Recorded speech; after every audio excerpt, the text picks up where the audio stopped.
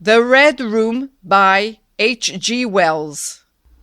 I can assure you, said I, that it will take a very tangible ghost to frighten me. And I stood up before the fire with my glass in my hand. It is your own choosing, said the man with the withered arm, and glanced at me askance. 28 years, said I have lived, and never a ghost have I seen as yet.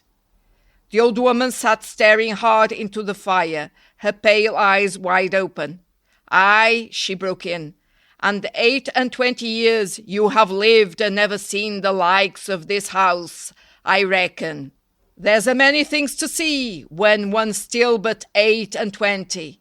She swayed her head slowly from side to side.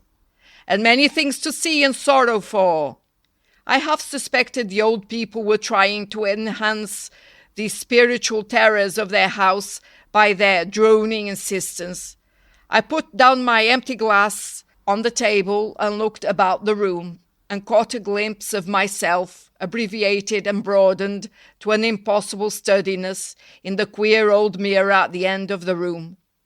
Well, I said, if I see anything tonight, I shall be so much the wiser, for I come to the business with an open mind. It's your own choosing, said the man with the withered arm once more.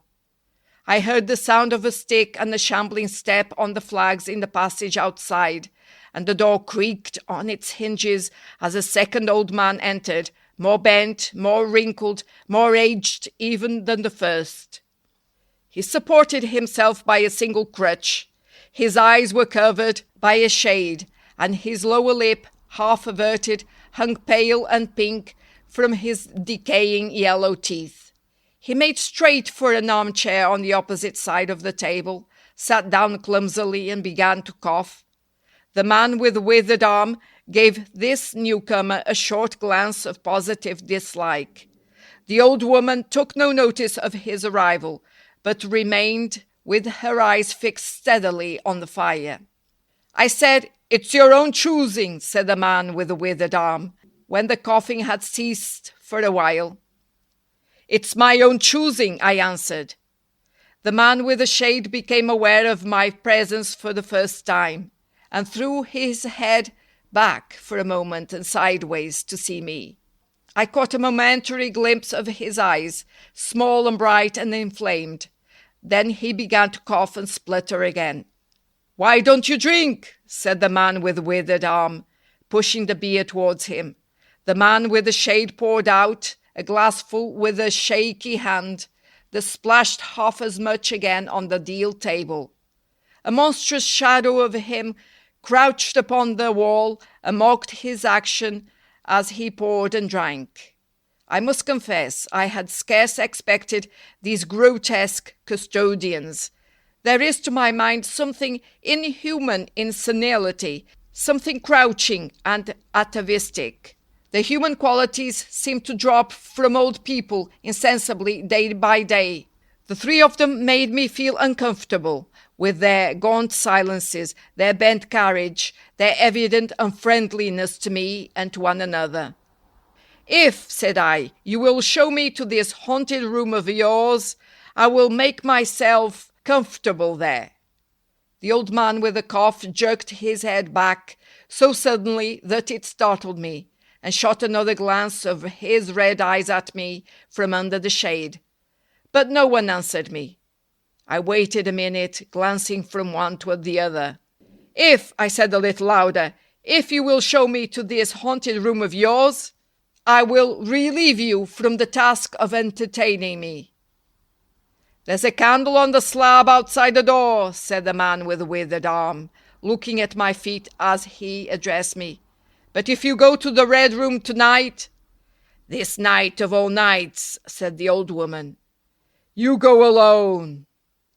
Very well, I answered, and which way do I go?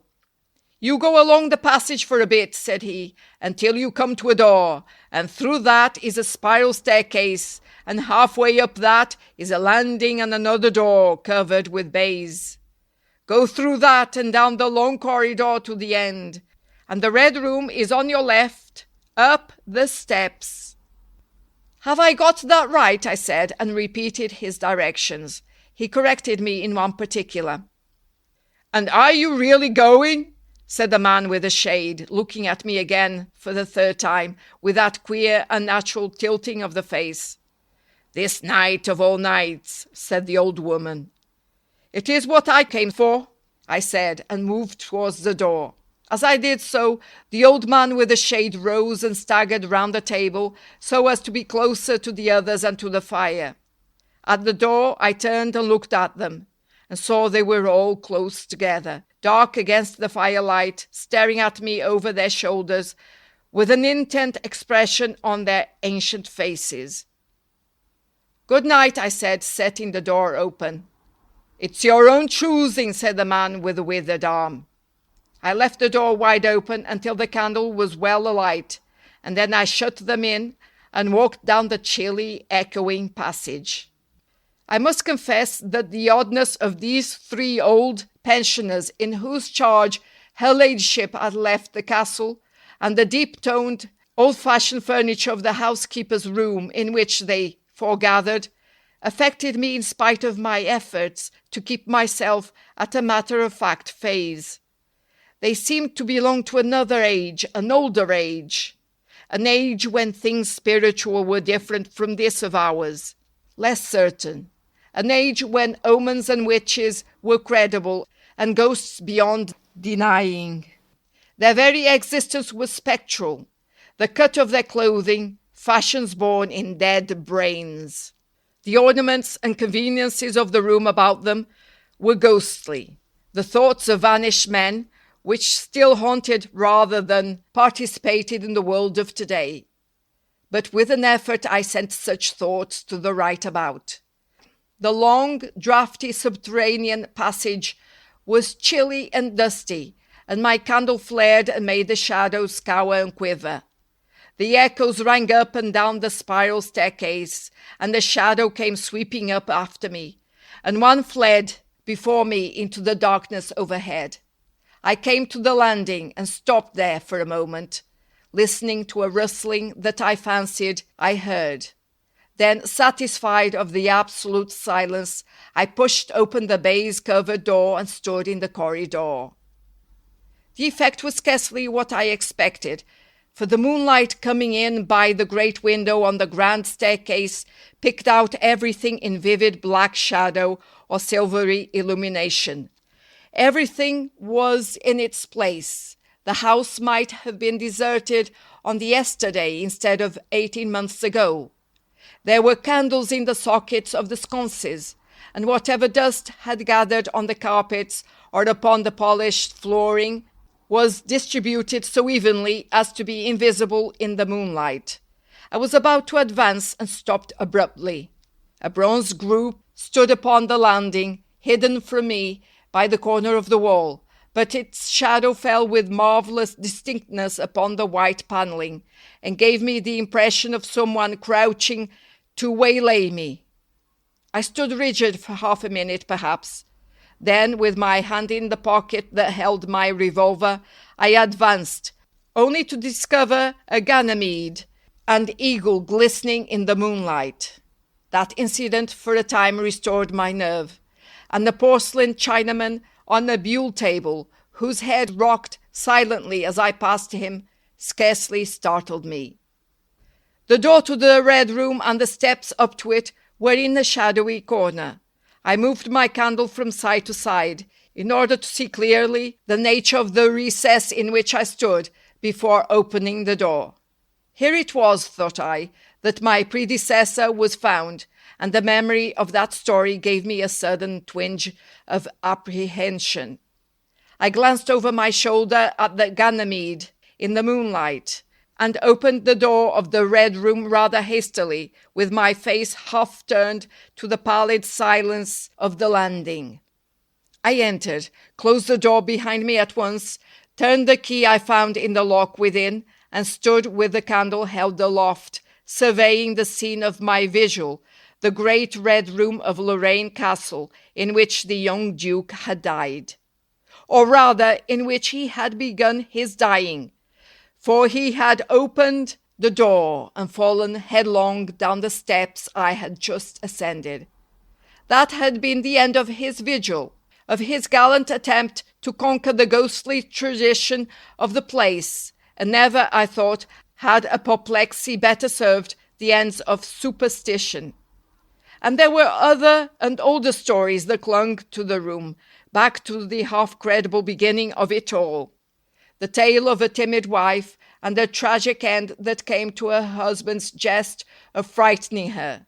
And looking around that large, sombre room, with its shadowy window bays, its recesses and alcoves, one could well understand the legends that had sprouted in its black corners, its germinating darkness. My candle was a little tongue of light in its vastness that failed to pierce the opposite end of the room, and left an ocean of mystery and suggestion beyond its island of light. I resolved to make a systematic examination of the place at once, and dispel the fanciful suggestions of its obscurity before they obtained a hold upon me. After satisfying myself of the fastening of the door, I began to walk about the room, peering round each article of furniture, tucking up the valances of the bed, and opening its curtains wide. I pulled up the blinds and examined the fastenings of the several windows before closing the shutters, leant forward and looked up the blackness of the wide chimney, and tapped the dark oak panelling for any secret opening. There were 2 big mirrors in the room, each with a pair of sconces bearing candles, and on the mantel shelf, too, were more candles in china candlesticks. All these I lit one after the other. The fire was laid, an unexpected consideration from the old housekeeper, and I lit it, to keep down any disposition to shiver, and when it was burning well, I stood round with my back to it and regarded the room again. I had pulled up a chintz-covered armchair and a table to form a kind of barricade before me, and on this lay my revolver ready to hand.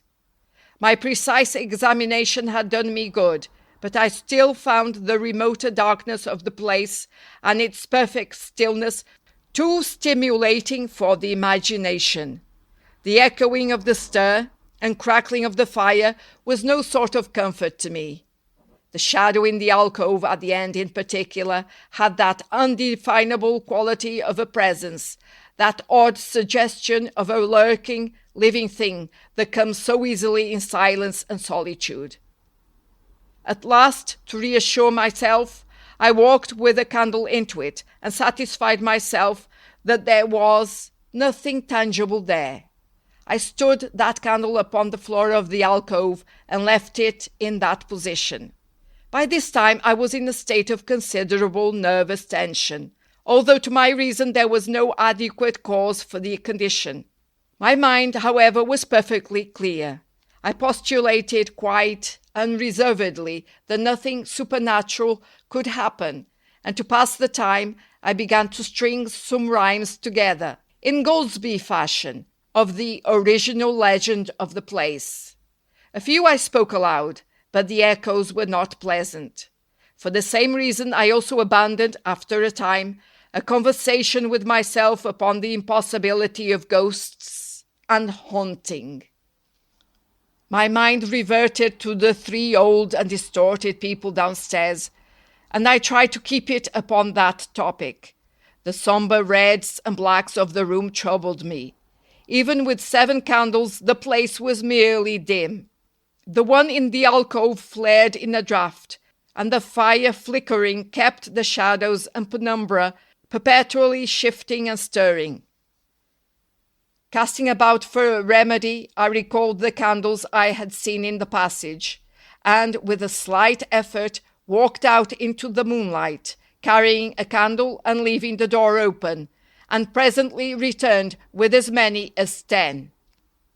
These I put in various knick-knacks of china with which the room was sparsely adorned, lit and placed where the shadows had lain deepest, some on the floor, some in the window recesses, until at last my 17 candles were so arranged that not an inch of the room, but had the direct light of at least one of them. It occurred to me that when the ghost came, I could warn him not to trip over them.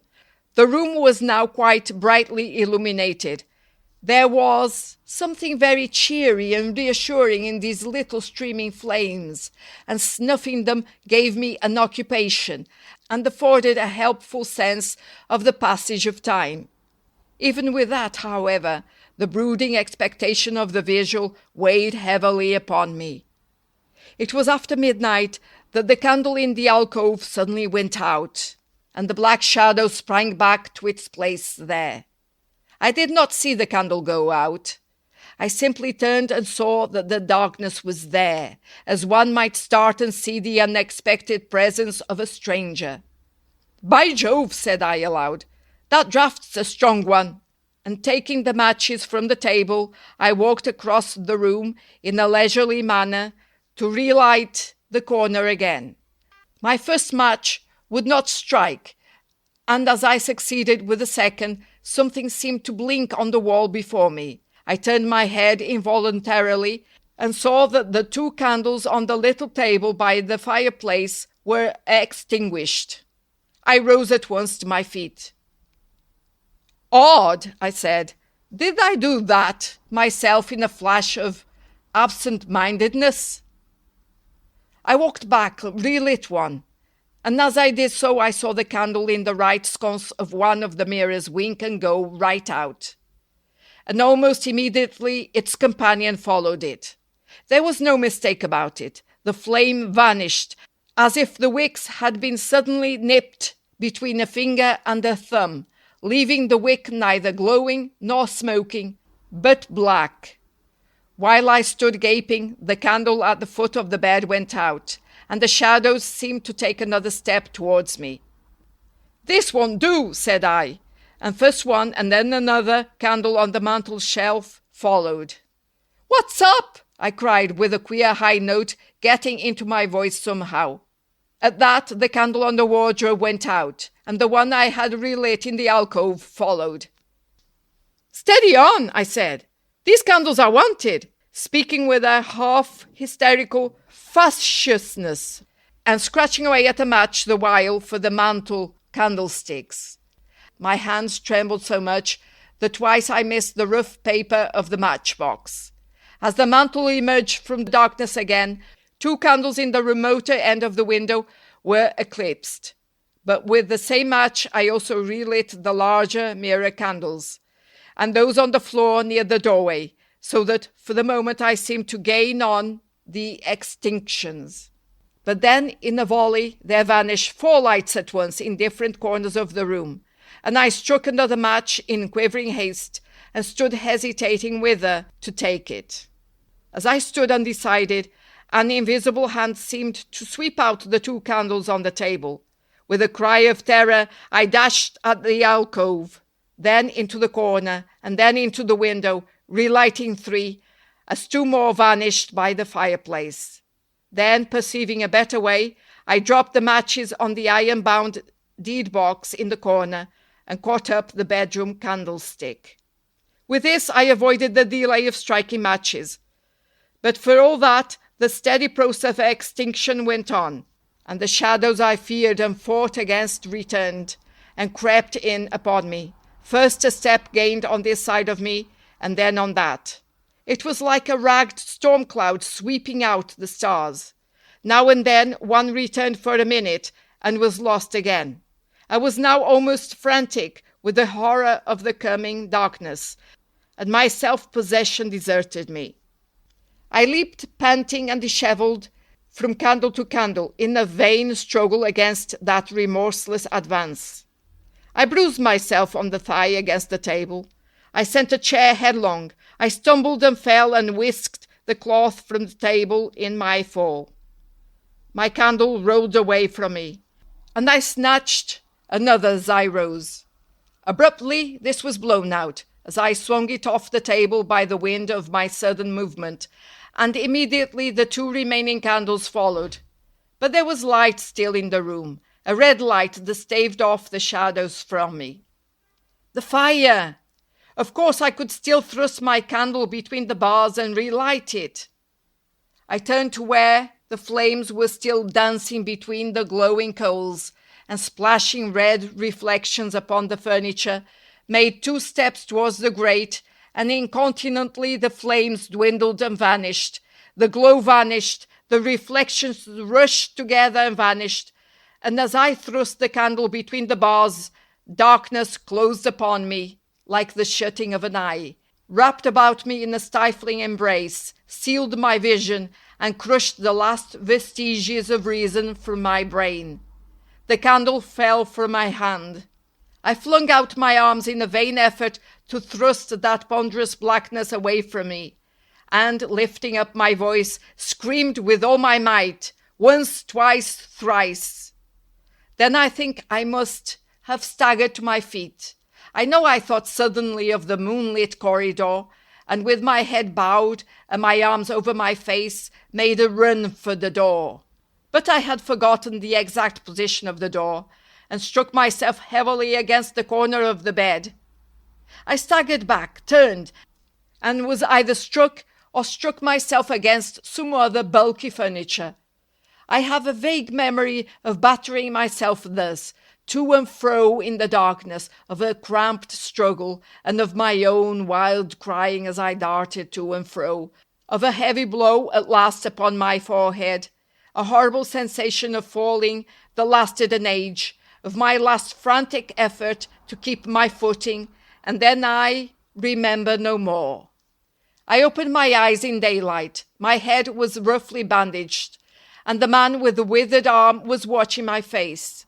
I looked about me, trying to remember what had happened, and for a space I could not recollect. I rolled my eyes into the corner, and saw the old woman, no longer abstracted, pouring out some drops of medicine from a little blue phial into a glass. "Where am I?" I asked. "I seem to remember you, and yet I cannot remember who you are." They told me then, and I heard of the haunted red room as one who hears a tale. "We found you at dawn," said he, "and there was blood on your forehead and lips." It was very slowly I recovered my memory of my experience. "You believe now," said the old man, "that the room is haunted." He spoke no longer as one who greets an intruder, but as one who grieves for a broken friend. "Yes," said I, "the room is haunted." "And you have seen it. And we, who have lived here all our lives, have never set eyes upon it, because we have never dared. Tell us, is it truly the old Earl who—" "No," said I, "it is not." "I told you so," said the old lady, with a glass in her hand. "It is his poor young countess who was frightened." "It is not," I said. "There is neither ghost of Earl nor ghost of countess in that room. There is no ghost there at all, but worse, far worse." "Well?" they said. "The worst of all the things that haunt poor mortal man," said I, "and that is in all its nakedness. Fear that will not have light nor sound, that will not bear with reason, that deafens and darkens and overwhelms. It followed me through the corridor. It fought against me in the room." I stopped abruptly. There was an interval of silence. My hand went up to my bandages. Then the man with the shade sighed and spoke. "That is it," said he. "I knew that was it. A power of darkness. To put such a curse upon a woman. It lurks there always. You can feel it even in the daytime, even of a bright summer's day, in the hangings, in the curtains, keeping behind you however you face about. In the dusk it creeps along the corridor and follows you, so that you dare not turn. There is fear in that room of hers, black fear, and there will be, so long as this house of sin endures."